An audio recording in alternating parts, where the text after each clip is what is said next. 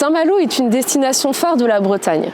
C'est ici que nous a donné rendez-vous Éric Blandin pour nous faire découvrir ses racines, mais également cette magnifique baie du Mont-Saint-Michel qui, vous le verrez, a un lien avec le projet qu'il va nous présenter.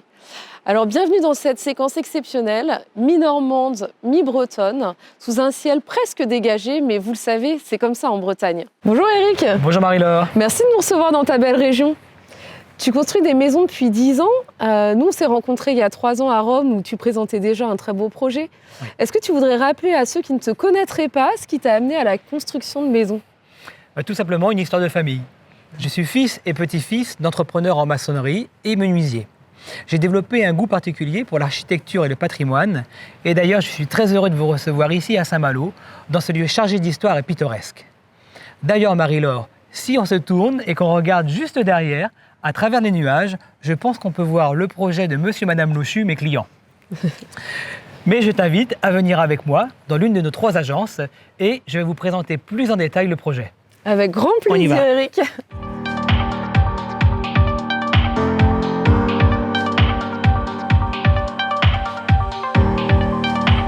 Bienvenue à la voilerie. Donc je vous explique le contexte. Monsieur et madame Lochu, un couple de 50 ans que nous avons rencontré dans leur belle villa bourgeoise en plein cœur du bocage normand à Vire. Ils habitaient une maison intégralement rénovée avec de nombreuses contraintes. Des plafonds hauts, des parquets cirés, des pièces cloisonnées, peu de luminosité et ils n'avaient même pas un accès extérieur sur une terrasse directe. Du coup, leur volonté passait d'une maison d'apparat à une maison à vivre. Si je comprends bien, c'est vraiment cette expérience dans l'ancien qui a été le point de départ du nouveau projet. Du coup, est-ce qu'avoir des clients exigeants et décidés, c'est plutôt un atout ou un handicap pour un constructeur ? En fait, c'est clairement un atout. L'avantage d'avoir des clients exigeants, c'est que le cahier des charges est clair. Pour eux, la priorité, c'était 1. Bénéficier d'un maximum de luminosité, 2. Respecter le patrimoine et l'histoire du lieu, et 3. Intégrer dans son environnement et disposer d'une vue sur la mer. C'est donc sur cette base que nous avons construit ensemble le projet. Mais alors, où se trouve précisément la maison de monsieur et madame Lochu ? Alors, cette maison est située à Granville, premier port coquillier de France.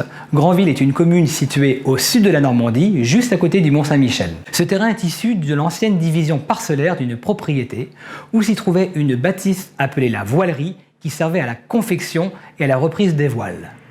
En tant qu'amateur et passionné de navigation, monsieur et madame Lochu étaient conquis. La contrainte, construire une maison majoritairement de plain-pied, allant d'une limite à l'autre de la propriété. Pas simple dans ce contexte d'apporter la lumière. Alors, quelle solution vous avez trouvée ? Nous avons travaillé sur une architecture originale, avec un maximum d'ouverture en façade extérieure et intérieure, et également un jeu de patio afin d'apporter une luminosité traversante de part et d'autre de la maison. Il y a vraiment une très belle lumière sur le projet. Et aussi, on voit que vous avez travaillé les perspectives. En effet, c'est une des caractéristiques fortes du projet. On a voulu mettre en valeur la voilerie. C'est cette dépendance en pierre qui a fait partie à part entière du projet. Nous avons fait un travail de perspective permettant de découvrir cette voilerie dans l'axe de la piscine dès l'entrée grâce à un sas vitré. Pour respecter le patrimoine, on a aussi travaillé sur un modèle constructif traditionnel, en utilisant des matériaux nobles de maisons granvillaises. La brique rouge en façade extérieure, le zinc en toiture, le mariage du bois et de l'acier, et à l'intérieur, la brique plâtrière, afin d'optimiser le confort d'été. Pour le confort d'hiver, un plancher chauffant gaz et poêle à bois. Du coup, nous arrivons à un classement énergétique E2C1, soit un gain de 10% de consommation d'énergie par rapport à la RT 2012. Et je peux vous dire que nos clients en sont ravis, puisqu'ils ont divisé leur facture d'énergie par 3. Ce projet montre bien que la construction neuve et le respect des traditions et du patrimoine sont bel et bien compatibles. Tout à fait, Marie-Laure. Et c'est ce qui donne du sens à mon métier de constructeur de maisons individuelles. Il est primordial que chaque maison soit connectée en fonction du lieu et de son histoire. D'ailleurs, en parlant d'histoire et de lieu, je crois savoir que les clients voulaient la vue sur la mer, mais que depuis le terrain, on ne voyait pas vraiment la mer. Alors comment vous avez fait ? En effet, et on était un peu démunis. On n'a pas du tout compris leur demande initiale. Mais en réfléchissant bien, nous avons loué une nacelle élévatrice et en montant au-dessus des arbres, nous avons découvert une vue à 180 degrés sur la mer. Du coup, nous avons proposé à nos clients d'imaginer une terrasse accessible sur cet espace sud-ouest. Et nous en sommes très fiers puisqu'aujourd'hui, nos clients nous ont confié que c'est un espace qui était pour eux un des plus beaux espaces de la maison. C'était la dernière grande exigence, avoir cette vue sur la mer. Donc du coup, tous les points du cahier des charges ont été remplis. Pour ce qui est du cahier des charges initial. Mais au fil du projet, de nouvelles idées et quelques imprévus ont ponctué le chantier. Pour les nouvelles idées, on a proposé d'habiller élégamment les façades de volets coulissants motorisés en aluminium à l'image des volets battants d'autrefois. Également, nous avons imaginé une création d'une coursive pour lier le garage à la maison, tel un ponton de bateau, d'une manière très esthétique. Par contre, côté imprévu, nous en avons eu un seul, mais un très gros. Le déchaussement du mur en limite des propriétés suite à une pluie d'orage. Imaginez, au début d'un projet de construction, ce que ça peut donner. Du coup, grâce à un travail avec notre partenaire industriel Weber, nous avons réussi, en toute confiance par nos clients, de créer un mur avec un enduit matricé imitation pierre. Et au final, nos clients ont été ravis puisqu'ils ont eu l'effet pierre et un gain d'espace dans ce patio qui était très étroit. Alors Eric, quel bilan tires-tu de ce projet globalement ? Mais écoute Marie-Laure, ce que je propose, c'est d'écouter nos clients qui sont quand même les mieux placés pour en parler.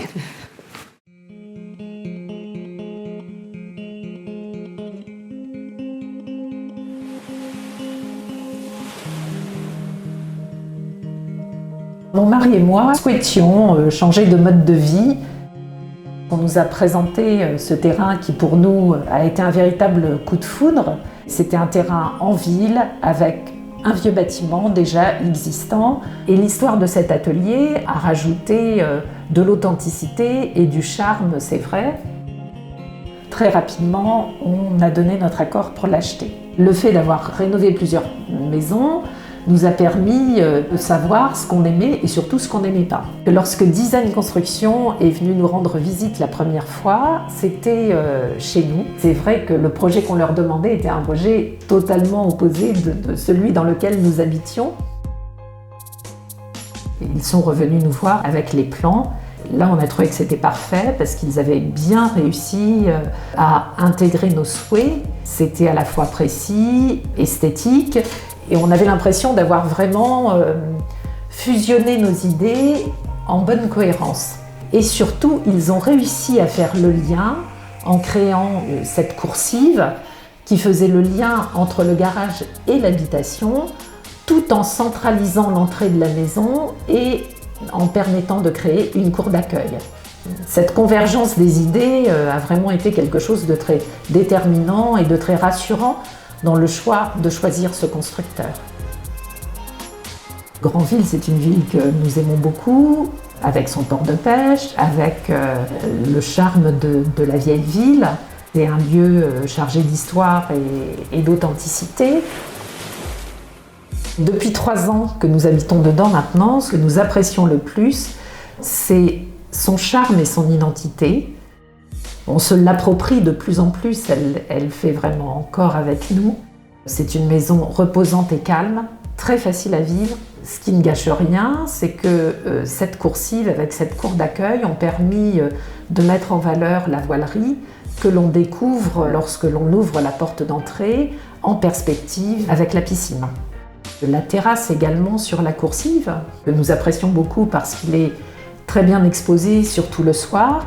Et de cette terrasse, on peut avoir cette fameuse vue mer que nous n'avions pas vue lorsque nous avons visité le terrain, mais que nous suspections et qu'on a eu le plaisir de découvrir au fur et à mesure que la maison montait. Et puis, les bonnes idées, le toit en zinc qui rajoute à mon avis de l'esthétisme et qui est adapté à la météo de la région. Les volets coulissants qui sont motorisés et qui permettent de meubler, je dirais, les façades. L'existence de ce patio, elle est d'une part esthétique, d'autre part, le puits de lumière est extrêmement intéressant. C'est un bon équilibre entre authenticité et modernité. On avait fait faire une étude pour de la géothermie et de l'aérothermie, et chauffage par le gaz. Ce qui nous est apparu le plus judicieux, c'était le gaz de ville. C'est un chauffage par le sol, c'est très bien isolé, il y a vraiment un confort d'ambiance. L'hiver, bien sûr, par le chauffage, mais aussi l'été, quand toutes les fenêtres sont ouvertes, c'est une atmosphère très cocon. C'est vraiment un confort de vie moderne, avec bien entendu des économies d'énergie à la clé. Et nous gardons encore des projets, puisque nous devons maintenant restaurer la voilerie. Voilà, c'est notre maison maintenant, elle nous ressemble et on y est bien.